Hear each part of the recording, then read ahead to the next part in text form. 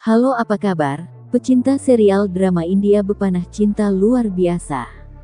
Kali ini kita akan merangkum alur cerita Bepanah episode pertama. Berikut ini alur ceritanya, dan jangan skip videonya agar kalian bisa memahami isi video yang dibawakan dunia cerita. Saat itu, di pagi hari Zoya yang bersemangat membuat sebuah kerajinan tangan dari tanah liat. Zoya mempersiapkan hadiah untuk suami tercintanya, karena esok hari adalah hari ulang tahun pernikahan mereka. Zoya membuat sebuah kerajinan berbentuk hati. Zoya bergegas berlari ke dalam rumah untuk membangunkan suaminya dan menunjukkan hadiah buatannya. Di sisi lain, alarm berbunyi membangunkan Aditya, tetapi dia mematikan alarm tersebut dengan kakinya. Puja, istri Aditya, mencoba membangunkannya. Dikarenakan sifat kekanak-kanakan Aditya yang sulit dibangunkan, Puja membuka tirai dan akhirnya Aditya terbangun terganggu dengan sinar matahari. Aditya kesal karena Puja membangunkannya. Tetapi Puja mengingatkan bahwa Aditya harus bekerja. Aditya mengatakan, dia akan meminta bosnya untuk memberikan pekerjaan ke tempat yang jauh, setelah itu dia kembali berbaring di tempat tidurnya. Puja yang kesal, dia mengatakan pergilah ke tempat yang jauh sesuka hatimu, dia lalu pergi. Aditya yang menyadari Puja kesal, dia lalu beranjak dari tempat tidurnya. Sementara itu, Zoya memanggil suaminya Yas. Dia mencari Yas ke dalam kamar tetapi tidak menemukannya. Zoya mulai panik tidak menemukan Yas, dia lalu bertanya kepada seluruh penghuni rumah.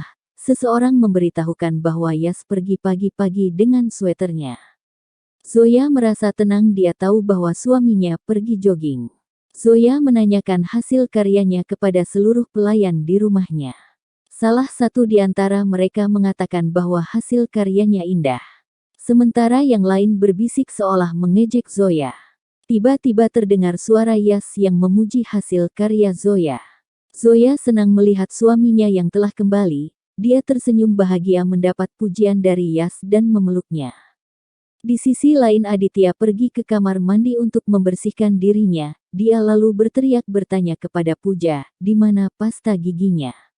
Ibu Puja menghampiri Aditya dan memarahinya, dia berkata, mengapa Aditya selalu melupakan segalanya dan di mana dia menyimpannya.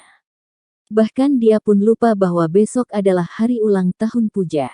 Aditya merasa bersalah dan menemui Puja, dia melihat Puja yang sedang berkemas bersiap pergi ke Chennai untuk pameran. Aditya meminta maaf karena lupa akan ulang tahun Puja. Adi menggoda Puja memintanya tersenyum. Tanpa sengaja Puja menjatuhkan buku hariannya. Adi yang melihat itu bergegas mengambilnya. Puja mulai panik dan ketakutan. Dia memaksa Adi mengembalikannya karena menurutnya itu adalah privasinya. Untung saja Adi mengembalikan buku harian itu. Adi merasa penasaran apa yang ditulis istrinya mengenai suaminya. Puja bertanya, jika kamu menemukan sesuatu apakah kamu tidak ingin menikah denganku? Adi berkata, apakah Puja benar-benar menyembunyikan sesuatu darinya? Puja berkata, tidak semua orang di dunia harus berbagi segalanya dengan orang lain. Jika memang ada orang yang melakukan hal itu berarti dia berbohong.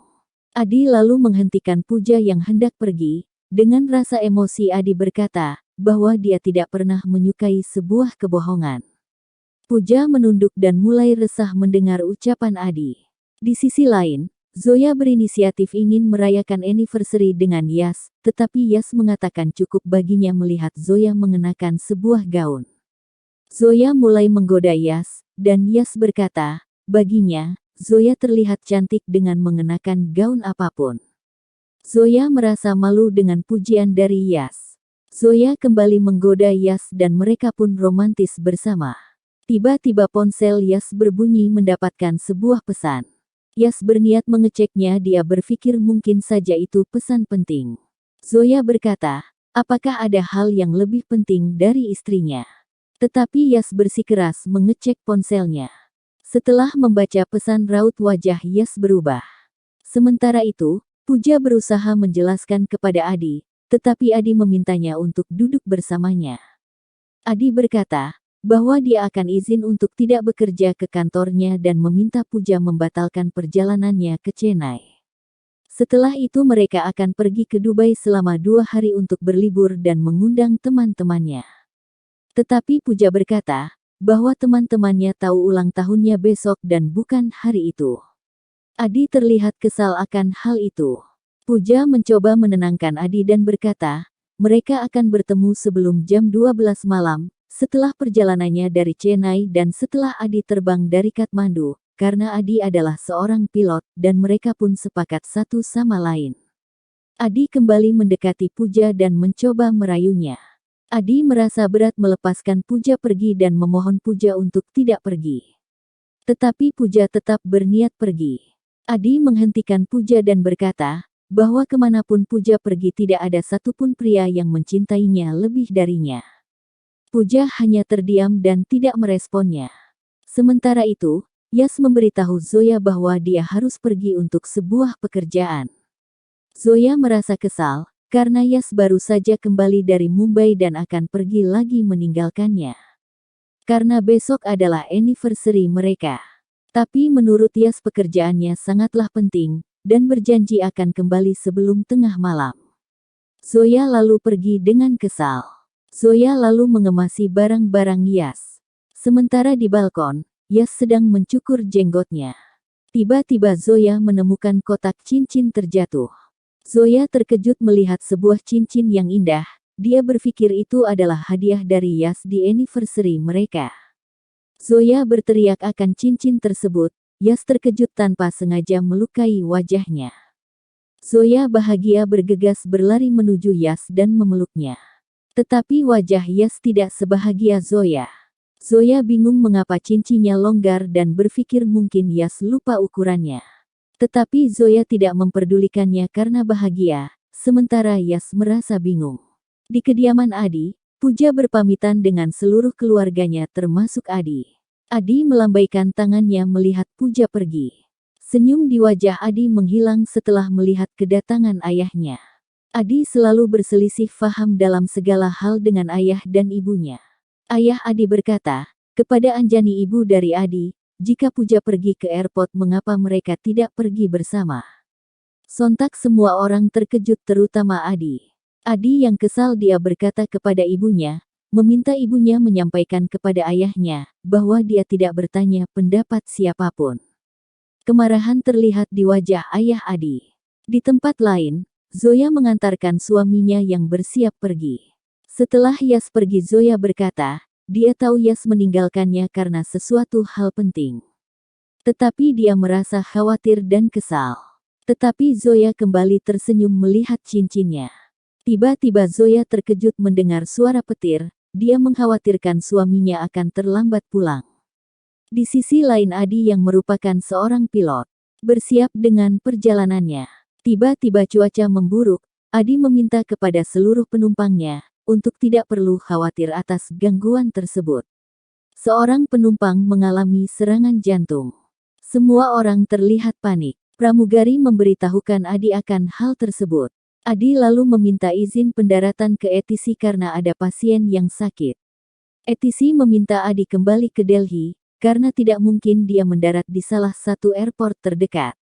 Tetapi Adi meyakinkan bahwa dia bisa mengendalikannya dan akan melakukan pendaratan di sana. Meskipun kopilot khawatir akan tindakan yang Adi ambil, karena sangat beresiko bagi semua orang. Tapi Adi yakin tidak akan ada yang meninggal. Adi melakukan pendaratan dengan baik meskipun ketegangan terlihat di wajah semua orang. Pramugara bergegas membawa penumpang yang sakit dan istrinya memberkati Adi. Semua orang bertepuk tangan atas apa yang Adi lakukan. Adi memberitahukan bahwa mereka akan kembali terbang setelah 5 menit. Kopilot memberitahukan Adi, bahwa mereka tidak bisa terbang ke Kathmandu karena cuaca memburuk. Adi kesal karena dia sudah berjanji akan merayakan ulang tahun Puja. Kopilot menyarankan Adi membeli hadiah untuk istrinya di Masuri. Adi setuju atas ide kopilot tersebut. Di sisi lain, Zoya menemui orang tuanya. Zoya lahir dari keluarga Muslim. Ayah Zoya tidak merestui pernikahannya dengan Yas, karena mereka berbeda keyakinan. Dalam pertemuannya ayah Zoya terus menyindir Zoya yang lebih memilih Yas dibanding keluarganya. Tetapi hal itu dibela oleh adik dan ibunya. Zoya hanya terdiam mendengar sindiran ayahnya. Zoya memiliki adik perempuan bernama Nur.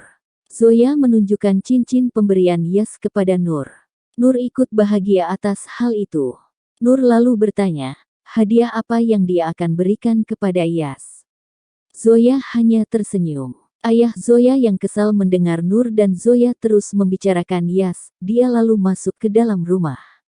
Ibu Zoya menegur suaminya karena dia masih saja membahas masa lalu. Tapi ayah Zoya mengatakan bahwa Yas tidak berniat menemuinya. Zoya beralasan bahwa dia dan Yas hidup bahagia. Yas tidak menemuinya karena dia sangat sibuk. Zoya merasa tidak nyaman atas sikap ayahnya, dia pun pergi bersama Nur. Adi mendatangi sebuah toko souvenir. Begitu juga halnya Zoya mendatangi tempat yang sama. Mereka mulai mencari hadiah untuk pasangan mereka masing-masing. Tiba-tiba Zoya teringat bahwa Yas menyukai musik. Begitu juga halnya Adi, dia ingat Puja pun menyukai musik. Tanpa sengaja mereka berdua bergegas berlari, mengambil sebuah gramfon kecil bersamaan. Sesaat mereka saling berpandangan satu sama lain. Mereka berdua mulai berdebat dan berebut gramfon tersebut dan tidak ada yang mau mengalah satu sama lain. Karena menurut mereka gramfon itu penting untuk hadiah spesial mereka. Adi berinisiatif pergi ke kasir membayar gramfon tersebut. Tetapi sayangnya Zoya mengenali pemilik toko tersebut dan lebih memilih memberikannya kepada Zoya. Dia pun meminta Adi memilih hadiah lain. Tentu saja Adi merasa kesal. Zoya tersenyum bahagia bisa memiliki gramfon tersebut. Setelah beberapa saat, Adi kembali menemui Zoya. Adi mengambil uang dari dalam dompetnya dan melemparkannya kepada Zoya, lalu merebut gramfon itu dari tangan Zoya. Zoya bergegas berlari mengejar Adi. Adi terkejut Zoya berhasil mengejarnya. Meskipun mereka terus saling berkejaran, tetapi Zoya tidak ingin menyerah. Adi mengerjai Zoya, menaburi Zoya dengan bubuk pewarna. Zoya terhenti dan kesal. Adi terus berlari dan beristirahat memeriksa gramfon yang ia dapatkan. Tiba-tiba handphone mereka berdua berbunyi. Mereka terkejut mendapat kabar atas pasangan mereka yang mengalami kecelakaan dalam waktu bersamaan. Raut wajah mereka seketika berubah. Adi menjatuhkan gramfon di tangannya hingga hancur berantakan. Mereka lalu bergegas pergi. Di tempat lain, sebuah mobil diangkat dari jurang. Adi dan Zoya merasa cemas. Matahari pun mulai terbenam. Adi dan Zoya tiba di lokasi kecelakaan. Mereka bergegas memeriksa kendaraan yang mengalami kecelakaan. Mereka melihat dua mayat tergeletak di tepi jurang. Mereka bergegas berlari. Langkah Zoya terhenti. Dia syok melihat wajah Yas yang tanpa sengaja angin membuka kain yang menutupi wajahnya. Zoya ingat janji Yas yang akan kembali menemuinya. Zoya pun terkulai lemah. Sementara Adi berjalan menghampiri korban yang lainnya. Adi membuka kain dan melihat bahwa benar itu adalah istrinya Puja. Seketika Adi hancur dan bersedih melihat istrinya yang terbujur kaku tak bernyawa. Adi berteriak dan menangis sejadi-jadinya. Zoya tersadar akan suaminya dan bergegas menghampiri Yas. Mereka larut dalam kesedihan yang mendalam. Tanpa sengaja angin meniupkan kain, Adi melihat tangan Puja menggenggam tangan Yas. Adi lalu melepaskan Puja dengan penuh rasa kecewa. Adi sadar bahwa Puja berselingkuh dengan Yas. Zoya menatap Adi dan sadar akan perselingkuhan suaminya. Zoya melepaskan Yas dari pangkuannya. Zoya hancur mengetahui kenyataan pahit mengenai suaminya. Mereka pun larut dalam kemarahan dan kesedihan. Dan episode kali ini pun berakhir.